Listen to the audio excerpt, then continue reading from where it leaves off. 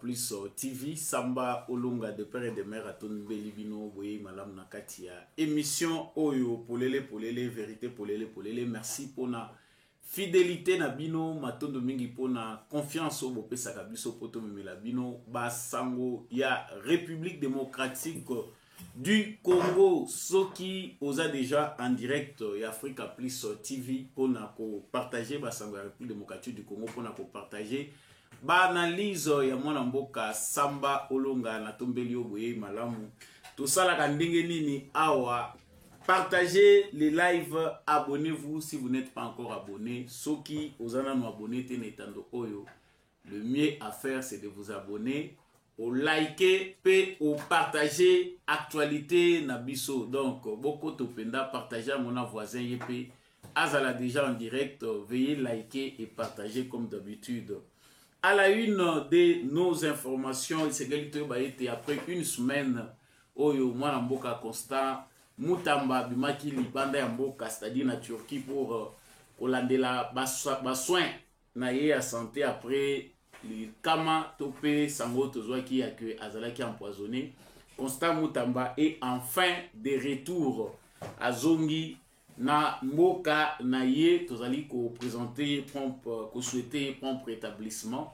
To ko lobela sangwana à la une nini pende singeli ko salema pour que ba makambo ya boye esali magali sous-souté topé ezala sous-souté. Mais moi interpellation mouké, moi message mouké to kopé sango na première ministre madame la première ministre Judith Suminwa pour être asala angele na likambo etali ba magistrat sango ya mibale esengeli toyeba que condamnation à mort ya Jean-Jacques Wondo et memi ba protestation Nangamu ya Belgique, oh, il pas y azali citoyen parce que faut que Jean-Jacques Wondo azalaki citoyen belge, bien que originaire du Congo, azali expert militaire belge. Ministre des Affaires étrangères, il y a Belgique, atali siete bango azali na inquiétude par rapport il y a l'olenge jugement et salemaki bazali ko s'opposer na peine de mort. Bango bazali kosenga pende te ba revoir les kamboana ya Jean-Jacques Wondo. Yango nde ezalaki objet ya entretien na ye na ministre ya République démocratique du Congo ya affaires étrangères Maman Thérèse Kayikwamba. Tokolobela ngo na kati émission oyo. Toujours parlant ya condamnation à mort ya Jean-Jacques Wondo. Tomoni Olivier Kamitatu azali ko s'opposer makasi à lobby, en tout cas Jean-Jacques Wondo azali innocent ko sacrifier ye ezali malamute. Olivier Kamitatu a lobby que ezali honte inacceptable et une nouvelle preuve de la dérive inquiétante du régime de Félix Tshisekedi. Donc condamnation à mort. Il y a eu justice à présenter le la cerveau moteur. Il y a tentative, il y a coup d'état oyo et Salemaki na Christian Malanga décédé. Ezali inacceptable pour naye. Qu'est-ce qui lie autant Olivier Kamitatu à Jean-Jacques Wondo? Donc le belamo na kati émission oyo et toyeba ki week-end ezalaki riche à événement. Le même Olivier Kamitatu azali co-signataire na Jean-Claude Voimba, Franck Diongo ba transmettre memorandum na bango na haut commissaire des Nations Unies aux droits de l'homme bazali ko dénoncer violation ya droits de l'homme na République démocratique du Congo. Et là, on est ko sangisa Olivier Kamitatu, Franck Diongo na Jean-Claude Voimba, tout en sachant que Franck Diongo na Jean-Claude Voimba, tout le mingi Franck Diongo, a s'atalisi position na ye qui a sali déjà allégeance na régime ya Paul Kagame. Pourquoi Olivier Kamitatu s'associerait-il à une telle personne? Ba vérité et kobima vraiment nakati. Il y a émission oyo ya mwete to suki sa fote bake na Luanda kuna ipai wapi ministre des Affaires étrangères. Il y a République démocratique du Congo akendaki makambo esimbite. Aboyi nyonso oyo ezalaki proposé kuna oyo déjà ba yokanaki comme plan ya harmonisation pe neutralisation ba FDLR na levé ya ba mesure rwandaise de défense ndenge bazali ko benga ngwa lobby baza d'accord te na nyonso esolomaki na ba expert tout est à revoir et puis voir même réunion et Sengeli Koya RDC à participer à voter.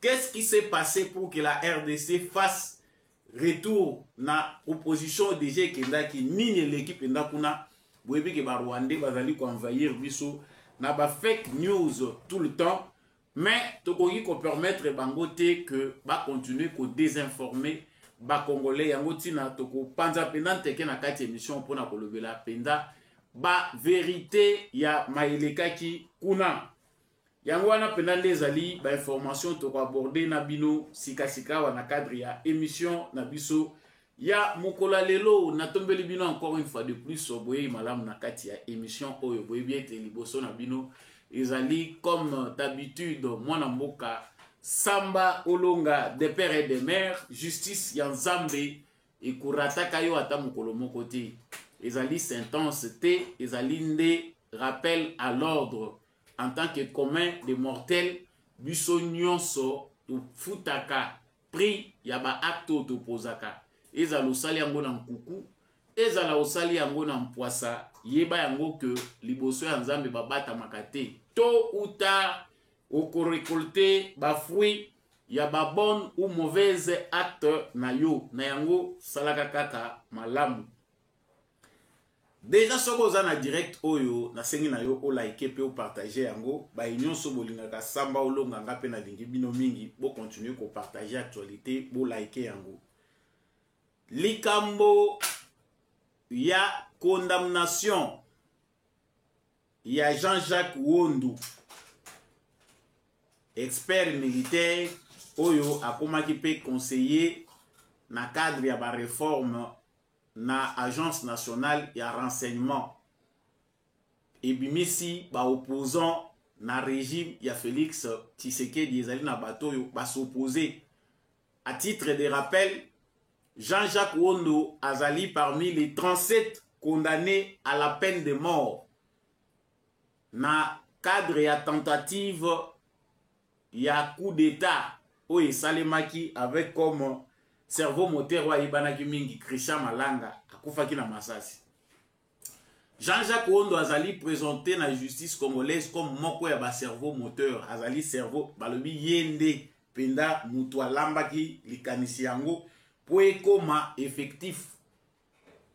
Jugement na ye ezalaki prononcé mokolo ya samedi bakateli vendredi pardon bakatelaki ye peine de mort lokola bato mususu ye moko en réaction par rapport à la condamnation na ye à mort à l'obi ezali farce ezali coup monté ezali montage ezali makambo yo ye ayebite azali ko se reprocher en côté. J'ai parlé ici na mwasi na ye na bana na ye ndenge nini baza ko lela balobi en tout cas papa na bango ba yebiye na mabete azali papa malamu atikala ko kanisa mabete pona mokonzi ya mboka akanisa kaka malamu pona mboka na ye. Awa tozali koloba awa justice ya Congo esi ekataki. Chose bizarre parce que nous au Congo nous acceptons ba interférence facilement. Tu éviter ezali par rapport à faiblesse, à diplomatie ou quoi. Paraît-il qu'il y a déjà des Américains qui ont été déjà libérés. Bango l'état na bango asengi bango et dindi ndenge wana. Sikoyo awa toza koloba awa Jean-Jacques Wondu compensé être congolais au service du Congo et maintenant citoyen belge. Donc nationalité oya ye ezalaki penda mutuya ezali nationalité belge. C'est un expert militaire belge d'origine congolaise. Et là on a ezoko pesa nga pasi parce que chaque fois to kolobelaka makambo yo tozali ko toucher pe na question ezali lié na souveraineté nationale pe ba loi ya mboka na biso établi. Tant que tolobaka makambo yo batu musu bakanisaka ke ezali séparation, séparatisme, ezali ko marginaliser catégorie moko ya batu.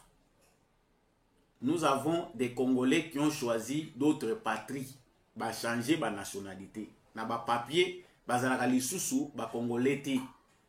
La constitution congolaise dit que la nationalité congolaise est une et exclusive. Et la question qui sa nationalité mususu likolote. Les politiciens congolais na isale na bango ya makambo ba violaka chaque jour mobeko oyo. Et surtout que bazali ko occuper ba fonction d'état. Et loko ezali défi munene pour na ba loi ya république.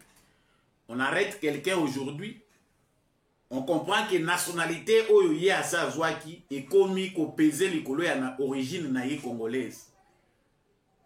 Même ceux qui lobby te permettre que bato bazala na ba double nationalité, nous ne pouvons pas aller plus loin pour accepter à ce que muto andimi ko kamba mboka ko kamba ekolo Congo azala pe na double nationalité. Topé bato bazali ko occuper ba fonction ya minene na ba institution na biso ba fonction clé. Topé ba fonction publique bazala na ba double nationalité. Ezali matière à réflexion parce que awa to ko loba mibeko ezali ko boma. Ministre des Affaires étrangères, il y a Belgique, à Sololina ministre na biso des Affaires étrangères, il y a République démocratique du Congo, Natina, il y a condamnation, il y a Jacques Wondo. Nabama solo na bango, ministre alobi que Bazali inquiet, Bazali surpris que l'élément ezali fourni contre Jean-Jacques Wondo, ezali moqué. Et bango, l'entretien na bango mibale, ba constater que jugement o ezali à l'encontre ya monsieur Jean-Jacques Wondo, ezali malamouté. Bango baza ko s'opposer premièrement na peine de mort. Et deuxièmement, bazali ko soutenir droit à la défense. Et que le droit à la défense doit toujours être respecté selon Bango. Bandeko Nangai, je me suis posé beaucoup de questions. Sommes-nous un État indépendant ou sommes-nous un État dépendant?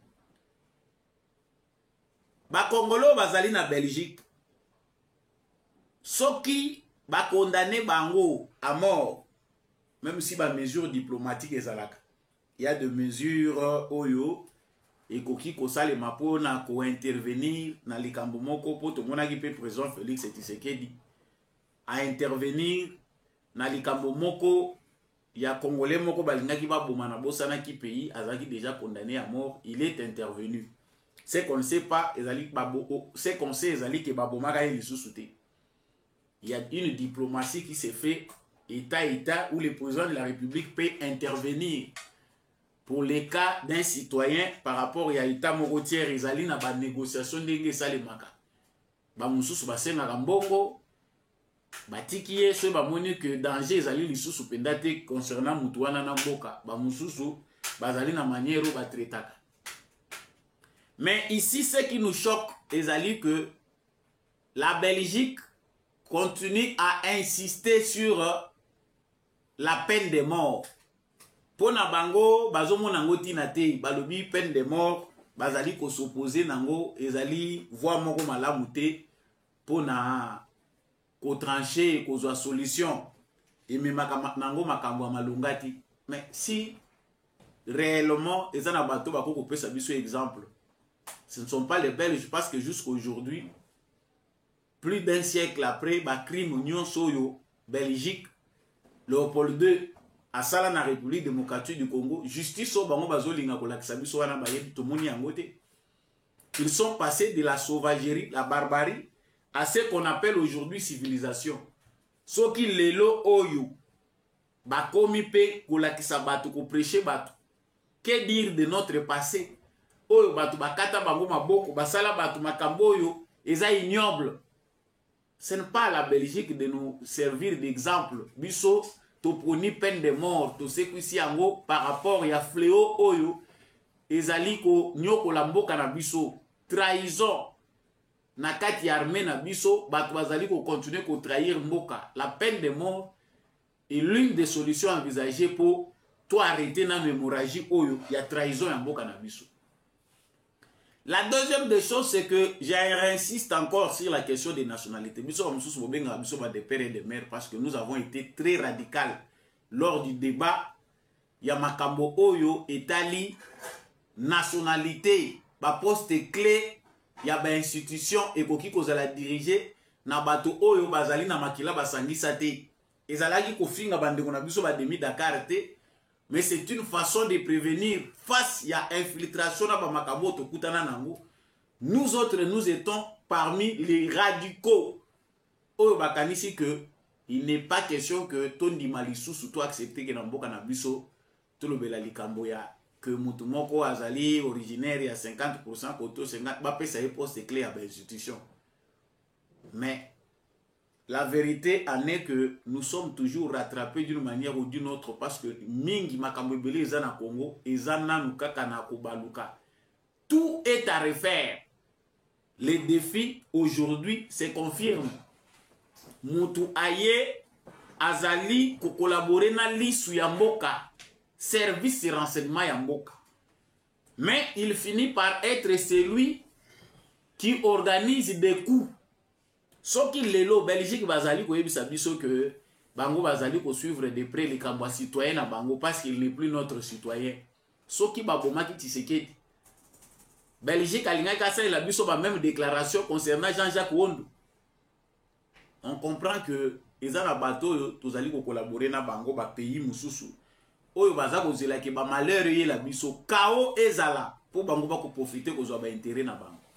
Mais tozaka ko continuer ko rappeler que Belgique azali na ba leçon ya ko pesa na République démocratique du Congo te en termes de droit, en termes de justice jusqu'aujourd'hui, passant par les crimes, les génocides des Congolais sous la colonisation belge.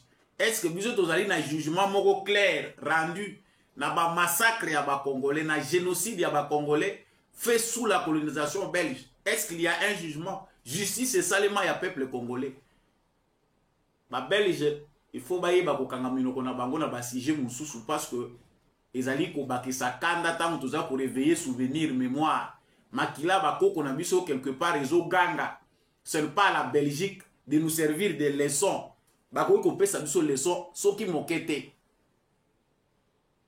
Nami balé sangwa mi balé ta toza ko enrachérir nango tomoni pe ba congolais mususu baza pe ko élever ba voix pour battre le likambo Jean-Jacques Wondo. La conclusion rapide dans notre analyse des alliés que il y a des Congolais qui ont fait partie dans l'aventure wana bazali ko zela ke coup d'état wana ko Simba. Notamment qui Olivier Kamitatou. Qu'est-ce qui lie Olivier Kamitatou à Jean-Jacques Wondo? Justice congolaise m'a condamné Jean-Jacques Wondo parce que après bah élément où ils allaient fournir, ils allaient présenter comme bah preuve, il y a implication na yena makambo yo Christian Malanga Salaki. Moyen de mentir en ils allaient. Lui ne cesse que déclamer son innocence à l'obligé. Il y a yebi logo mon côté, ils allaient bah monter, planifier. On veut seulement se salir, pas salir l'inflation, d'ailleurs, parce qu'on a besoin qu'à liquider. Et ça, il fait partie des gens qui voulaient bien moderniser notre système de renseignement. Olivier Kamitatou intervient à l'objet que condamnation à mort. Il y a Jean-Jacques Wondo, Azabo s'opposer Nango. À l'objet que les honte inacceptable et une nouvelle preuve de la dérive inquiétante du régime de Tshisekedi. Donc c'est une honte lorsque la justice condamne quelqu'un qui a voulu paralyser la vie des Congolais. Nous souffrons déjà. Et Tshisekedi, ce n'est pas la cause. Les mouyende moutou Tshisekedi te moutou abimisi ba malheur na biso. Ceux qui les lots osa ba malheureux. C'est pas Tshisekedi qui est à la base. À la base, les abatuloko la ba Olivier Kamitatou. À la base, les régimes de Kabila. Oyo Olivier Kamitatou azaki na sima. Batu wanande. Ba komisi biso na point auto komi lelo. Sango oyo ya za ko pesa biso alobi que Jean-Jacques Wondo aza innocent. Pourquoi Jean-Jacques Wondo devient innocent devant Olivier Kamitatou? Jean-Jacques Wondo aza innocent parce que Jean-Jacques Wondo azalaki conseiller en matière de sécurité ya Moïse Katumbi. On comprend les liens qui lient Olivier Kamitatou en Jean-Jacques Wondo, c'est qu'il y a Azali Moutouna Bango. Le piège, c'est que Ezande Loussadis ou Yaner Moutoua Posa qui tisséquait du piège en prenant des gens qui sont proches à Moïse Katumbi. Oh, Bazako Lukandenge Nini a renversé le régime à Félix Tshisekedi, Kocha Bango Nakati ya makambo etali réforme ya ANER. C'était un piège tendu à Félix Tshisekedi. Ba expert oyo ba proposaki na Félix Tshisekedi oyo ba utaki Belgique. Bazalaki nde piège oyo batindelaki Tshisekedi po basala ye coup d'état facilement. Aujourd'hui, nous avons dit sur Azate na ANER, ye Jean-Jacques Ondo bakangiye. Ils avaient formaté un coup et on comprend que ça venait de la Belgique. Et puis batu Moïse Katumbi ba yebi yango. Olivier Kamitatu n'a qu'à défendre Jean-Jacques Ondo parce qu'il y a Gaza Motuna Bango le la Kandami. Il faut que tu na cadre de l'opposition que c'était un innocent. L'innocence et le bamakaboyete c'est prouvaka. Bake ko kangaye kaka boya yebi elo côté bazu bakotisier ba condamné à mort. Non, monsieur Olivier Kamitatu se moque des Congolais. Pour ceux qui le lo ba bomaki Tshisekedi to coup d'état au bolinga bo sala wana e buebi bato boni bakufi. Na aventure wana. Chers Congolais, vous avez là toutes les raisons de faire des conclusions. Binomoko na banda kuboye batina nini Moutoua azali condamné à mort dans le cadre de la tentative ya coup d'état azali soutenu par certains Congolais qui se disent opposants républicains. Parce qu'Olivier Kamitatu derrière Katumbi, porte-parole à Katumbi, a lobby bazoko ça la opposition républicaine. Comment quelqu'un qui fait l'opposition républicaine, qui a vu comment danger l'ingake ya namboka, a koki ko intervenir banalement pour défendre un individu. Si ce n'est pas ce qui a zali ko appartenir na kati ya groupe wana ya bato. Les conclusions sont claires. Les partis ensemble de Moïse Katumbi via Olivier Kamitatu, font partie ya coup oyo balinaki basala Félix Tshisekedi. Le même Olivier Kamitatu awa tozali koloba ba signé mémorandum moko oyo ba keyi ko déposer na au commissaire des Nations Unies, au commissariat des Nations Unies aux droits de l'homme, balobi par violation des droits de l'homme et les na RDC. Pour na bango, c'est le régime Tshisekedi nde mutaza à la tête ya ba violation massive ya droits humains. Olivier Kamitatu, Franck Diongo na Jean-Claude Mvwemba. Là où les bas blessent Ezali Tomituna, nous avons suivi Franck Diongo via les journalistes sur Apoya Kamaladi Andegewana na Rotan Komona été. Franck Diongo a tal ici que Yepo na ye ennemi na ye numéro 1 est un régime à Tshisekedi, c'est Félix Tshisekedi qui est dictateur, qui est génocidaire. S'il faut chasser Félix Tshisekedi, il est prêt. Ceux qui va Rwandais, Bakoki ko soutenir, il est prêt à accepter ce soutien-là pour qu'on chasse Félix Tshisekedi. La conclusion claire est que Franck Diongo fait partie aujourd'hui du réseau rwandais. Le rôle de journaliste, on a dit que le awa ya malade andek. Et les gens comme Jean-Jacques Mamba qui ont adhéré officiellement, parce que Jean-Jacques Mamba, au moins, félicitations à lui, il est courageux. Lui a déclaré ouvertement qu'il va côté M23 via AFC. Il défend cela. Mais Franck Diongo et Jean-Claude Mvwemba, balinko luba moté ouvertement, bazako luka ba voix détournée. Ils font partie.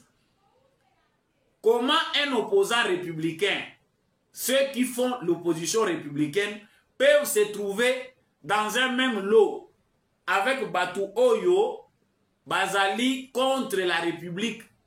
Les massacres de M23, ils en ont nous vifs dans la mémoire de Nabiso. Basali ba massacre na Kishiche, Basali Ebele, Batoazo ko continue ko koufa. Ces mêmes personnes là aujourd'hui, Franck Diongo et les autres se sont associés à eux. Mais Olivier Kamitatu qui vit au Congo, qui est avec Moïse Katumbi, ne voit pas qu'ils sont propres. Ceux qui bino bomoni que Tshisekedi a violé ba droit. Bon ça la démarche na bino moko. Ils vont s'associer na ba M23 pour ba kende kofunda Tshisekedi. On comprend ici que nous sommes face à des Congolais oyo. Basi ba poni na bango, la méthode, les moyens pour eux, basi ba poni na bango que il faut déstabiliser Tshisekedi pour leur gain. Kagame le rôle a essoufflé, bango il faut pas payer ça essouffle. Souffle bango balingi ba pesa na Kagame, c'est aller incriminer Tshisekedi. Mais on a le bas qui bateau bolanda nga boyebi conclusion à analyse na ngai. Ils sont prêts aujourd'hui à tuer les Congolais. Bango moko ba créer ba incident ba Congolais ba kufa pour ba le baké Tshisekedi azo boma batu, c'est un criminel, il faut le censurer. Qui veut noyer son chien l'accuse de rage. Mais Tshisekedi azo mbwana binoté. Quand on voit ce qui se passe aujourd'hui, on comprend que l'opposition congolaise, le Congo n'a pas une opposition. batu oyo baza prêt ya kosabote biso ba congolais po bazwa argument ya kokende nango libanda ya mboka kokende koteka mboka pona bagena bango.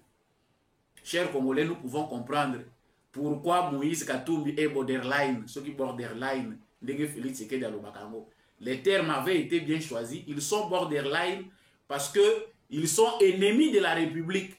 Moyen bakota na likamboyo ezali ya nation ezati. Le mot républicain n'a pas de sens, n'est pas concret na isale le makamuna bango, baza prêt à saboter toute la République au nom de leurs intérêts. Pour comprendre pourquoi aujourd'hui Olivier Kamitatou est dans la défense de Jean-Jacques Ondo, pourquoi Olivier Kamitatou entre dans une démarche, même démarche avec Franck Diom. Même s'il y a des gens aujourd'hui au nom du jeu politique qui peuvent aller accuser Tshisekedi par rapport à ce qui s'est passé dans Makal. Oui, ce qui est tout à fait normal. Tshisekedi peut aboyi na yete ke banquette ezala. Alobi même bato a bureau conjoint aux Nations Unies pour les droits de l'homme. Boya na banqueteur na bino pour enquêter, to établir vérité. Makambo eleki kuna esalami ndenge nini. Tshisekedi a ouvert la porte. Mais voilà qu'une opposition en panne, inexistante, se trouve que il faut pas que Mekodukasiko Makambo accuser Tshisekedi. Tshisekedi ne s'est pas caché.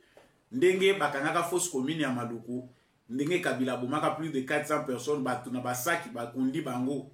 Kabila bombaka bazo kende ko découvrir mais Tshisekedi a bombi mutute, allez vérifier, enquêter. Sala nyonso yo lingi. Mais malgré vérité wana Tshisekedi qu'il a ouvert les portes aux enquêteurs internationaux. O nyonso balingi baya batwana bazangi argument bazo continuer koloba non toke kofunda boke kofunda wapi ye Tshisekedi asa fongola ki porte bozoke kofunda le côté tout est connu.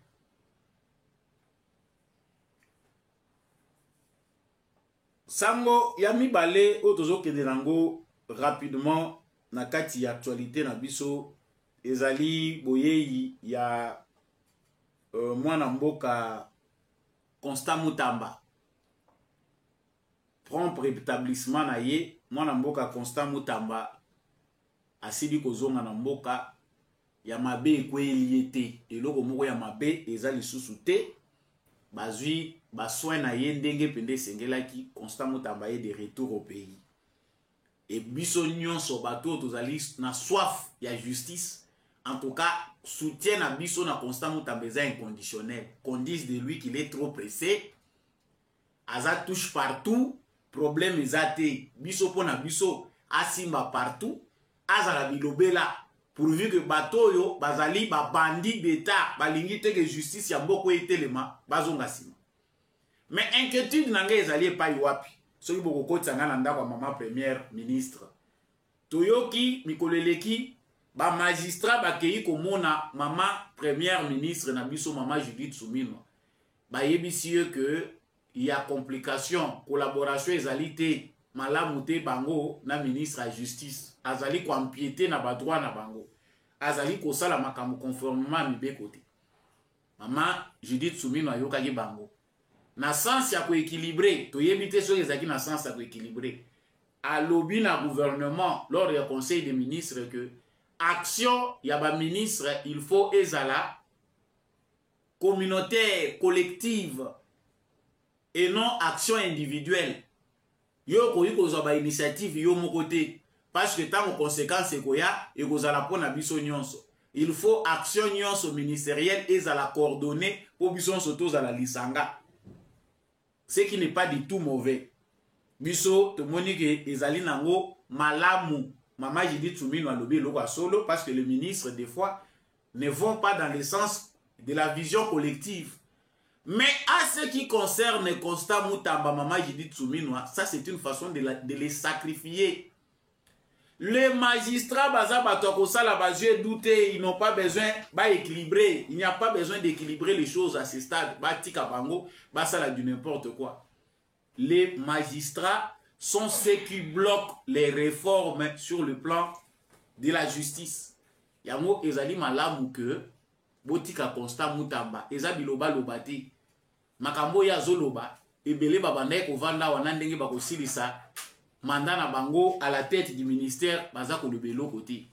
S'il y a des gens qu'il faut condamner, ce sont les magistrats. Constant Moutamba doit continuer avec cette communication. La communication là, est désordonnée. Tant que bateau bazo la dénoncer, yango baza inquiet. Inquiétude na bango eza parce que na koloba mingi ya Constant Moutamba baza démystifier biso stozo éléments. Mais quand vous lui dites de cette terre qu'il faut que ça soit coordonné, yeba que ba dossier lali. Laissez Constant Moutamba continuer à parler et que oh ezali koleke ezali rapport de force. Ne cherchez pas à harmoniser maintenant. Botikaya beta na bango makofi, to mema bango na suka. Si vous cherchez à équilibrer maintenant, c'est étouffer Constant Moutamba. Justice et côté les matés. Bango soki o monindo qu'il faut kobelela. Que Constant Moutamba multiplie ses déclarations. Bisika nyon sozo mona mabe. Alo bakango na presse peuple congolais pia la muka. Botika kokangisa ye munoko. C'est un rapport de force. Kokangisa Constant Moutamba munoko. Et là qu'ici que vous voulez encourager les magistrats à faire ce qu'ils font. Parce que ça les bloque. Pour na bango, nous ou rien. Yangonde bango eloko bango baza kozela. Biso pe tozota la bino. Émission na biso ezo kendependa na suka, mais avant na suki ça, esengeli toyeba que ezali ba sujet to kolobela ngo pe liboso côté tozali kokende.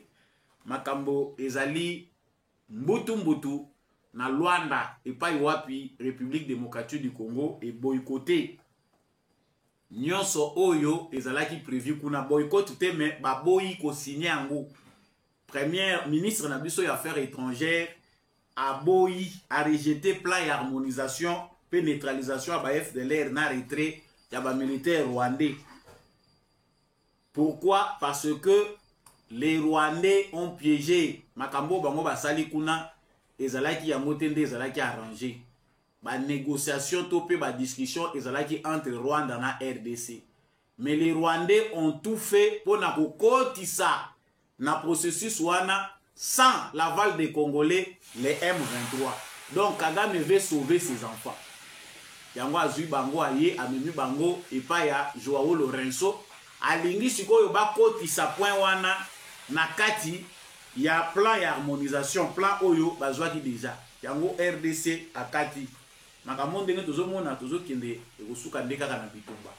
Des fois bitumba ezalaka pe solution pour na mettre fin à la situation moko et perdurer. Na kozonga na ba grand détail na ba émission ekoya pour na ko expliquer bino davantage. Télévision ezangonga. Merci mingi na bino nyonso bolandaki biso de partout.